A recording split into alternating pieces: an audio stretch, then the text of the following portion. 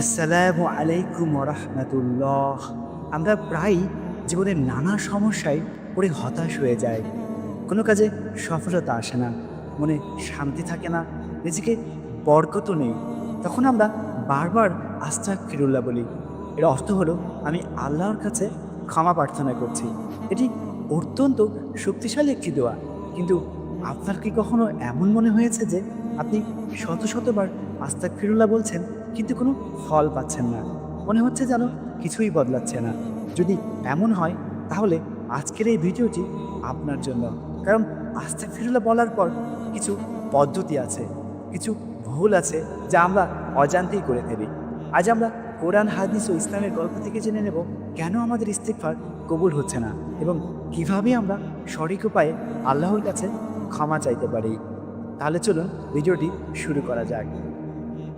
আল্লাহর কাছে ক্ষমা চাওয়ার অপার সম্ভাবনা হচ্ছে ইস্তেগফার। কোরআন ও হাদিসে ইস্তেগফারের মর্যাদা অনেক। আল্লাহ সুবহানাহু ওয়া তাআলা বলেছেন, তোমরা তোমাদের রবের কাছে ক্ষমা চাও এবং তার দিকে ফিরে আসো।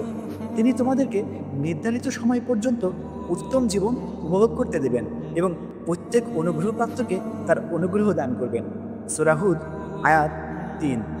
আরেক আয়াতে তিনি বলেন, আর আল্লাহ এমন নন যে তাদের উপর আযাব দেবেন যখন তারা ক্ষমা প্রার্থনা করে। সূরা আনফাল আয়াত ৩৩। রাসূলুল্লাহ সাল্লাল্লাহু আলাইহি সাল্লাম নিজেও প্রতিদিন ৭০ থেকে ১০০ বারের বেশি ইস্তেগফার করতেন।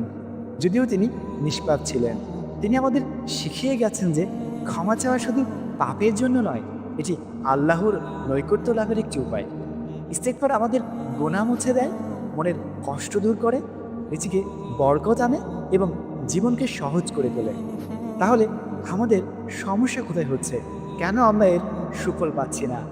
যে ভুলগুলো আপনি করছেন হয়তো। আস্তাগফিরুল্লাহ বলে ফল না পাওয়ার পিছনে প্রধানত ৫টি ভুল দায়ী। আসুন এক এক করে সেগুলো জেনে নিই। ১. শুধু মুখে বলা, অন্তরে অনুশোচনা না থাকা। আমাদের প্রথম ও সবচেয়ে বড় ভুল হলো আস্তাগফিরুল্লাহকে শুধু একটি মুখের কথায় সীমাবদ্ধ করে ফেলা।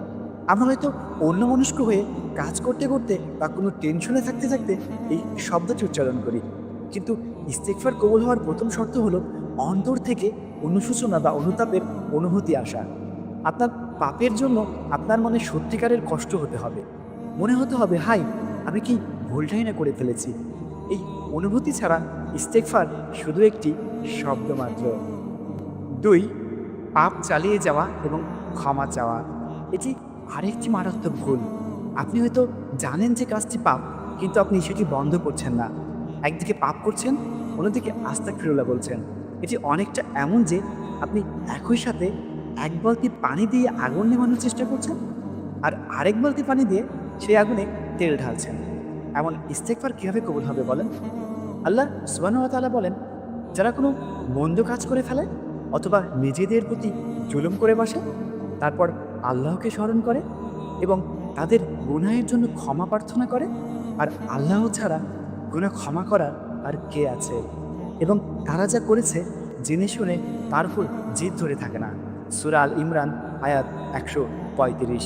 এই আয়াতে স্পষ্ট করে বলা হয়েছে, জেনে শুনে পাপের উপর জিদ ধরে থাকলে ইস্তেগফার ফলপ্রসূ হয় না।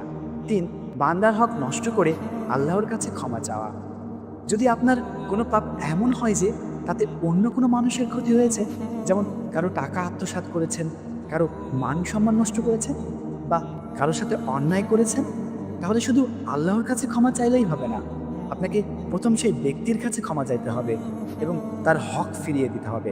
রাসূলুল্লাহ সাল্লাল্লাহু আলাইহি সাল্লাম এক হাদিস থেকে জানা যায়, কিয়ামতের দিন একদল মানুষ এমনভাবে আসবে যে তাদের নেক আমল পাহাড় সম হলেও তা কোনো কাজে আসবে না, কারণ তারা দুনিয়ায় অন্যের উপর জুলুম করেছে।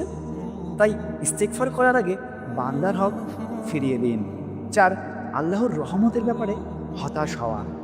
শয়তান চায় আমরা পাপ করে হতাশ হয়ে যাই এবং মনে করি আমাদের ক্ষমা পাওয়ার আর কোনো পথ নেই, কিন্তু এটি আল্লাহর রহমতের ব্যাপারে অবিশ্বাস। আল্লাহ তাআলা তার এক আয়াতে বলেন, হে আমার বান্দারা, যারা নিজেদের উপর বাড়াবাড়ি করেছ, তোমরা আল্লাহর রহমত থেকে নিরাশ হও না। নিশ্চয়ই আল্লাহ সমস্ত গুনাহ ক্ষমা করে দেন, তিনি ক্ষমাশীল, পরম দয়ালু। সূরা জুমার আয়াত 53। এই আয়াতে আল্লাহ নিজেই আমাদের আশার আলো দেখিয়েছেন। তাই আপনি যত বড় পাপ করুন না কেন, আল্লাহর রহমত থেকে কখনো নিরাশ হবেন না। একটি শিক্ষণীয় ঘটনা, শত খুনের পরেও ক্ষমা পেয়েছিলেন এক ব্যক্তি। হাদিসের একটি গল্প আছে যা আমাদের আশার আলো দেখায়। পূর্ববর্তী উম্মতের এক ব্যক্তি ৯৯ জন মানুষকে হত্যা করেছিল। এরপর তার মনে অনুশোচনা জাগে এবং সে একজন পণ্ডিতের কাছে গিয়ে জানতে চায় তার কি ক্ষমা পাওয়ার কোনো উপায় আছে। পণ্ডিত তাকে বলেন, তোমার কোনো ক্ষমা নেই। লোকটি হতাশ হয়ে তাকেও হত্যা করে। এখন সে ১০০ জন মানুষকে হত্যা করেছে। এরপর সে আরেকজন পণ্ডিতের কাছে যায়, তাকে একই প্রশ্ন করে। পণ্ডিত তাকে বলেন, তোমার অবশ্যই ক্ষমা আছে, কিন্তু তোমাকে এই পাপের জায়গা ছেড়ে দূরে এক নিকার মানুষের জনপদে যেতে হবে। লোকটি তার কথা শুনে সেই জনপদের দিকে যাত্রা করে, কিন্তু প্রতিমধ্যেই তার মৃত্যু হয়। এরপর আল্লাহর রহমতের ফেরেশতা এবং আজাবের ফেরেশতা তার রূহ নিয়ে যেতে আসে। তখন তাদের মধ্যে বিতণ্ডা শুরু হয়। আল্লাহ তখন তাদের উদ্দেশ্যে বললেন, তোমরা দুই জনপদের দূরত্ব পরিমাপ করো। দেখা গেল সে নেককার মানুষের জনপদের দিকে এক বিঘত বেশি গিয়েছিল। তখন আল্লাহ তাকে ক্ষমা করে দেন। এই গল্প থেকে আমরা কি শিখি? পাপের পরিমাণ যত বড়ই হোক না কেন, আল্লাহর রহমত তার চেয়ে অনেক বিশাল।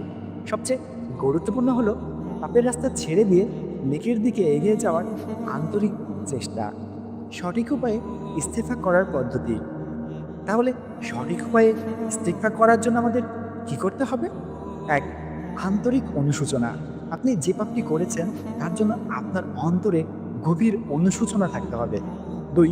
পাপ থেকে বিরত থাকা। অবিলম্বে সেই পাপটি করা বন্ধ করতে হবে। ৩. ভবিষ্যতে পাপ না করার দৃঢ় সংকল্প করা। দৃঢ়ভাবে প্রতিজ্ঞা করতে হবে যে ভবিষ্যতে আর কখনোই সেই পাপটি আপনি করবেন না। ৪. বান্দার হক ফিরিয়ে দেওয়া। যদি আপনার পাপের কারণে কোনো মানুষের ক্ষতি হয়ে থাকে, তাহলে তার কাছে ক্ষমা চেয়ে এবং তার প্রাপ্য ফিরিয়ে দিয়ে আপনার পাপ মুক্তির চেষ্টা করতে হবে। সবশেষে প্রতিদিন আল্লাহর কাছে মন থেকে এই দোয়াটি পড়বেন, আস্তাগফিরুল্লাহ আল্লাযী লা ইলাহা ইল্লা হুয়াল হাইয়ুল কাইয়্যুম ওয়া আতুবু ইলাইহি।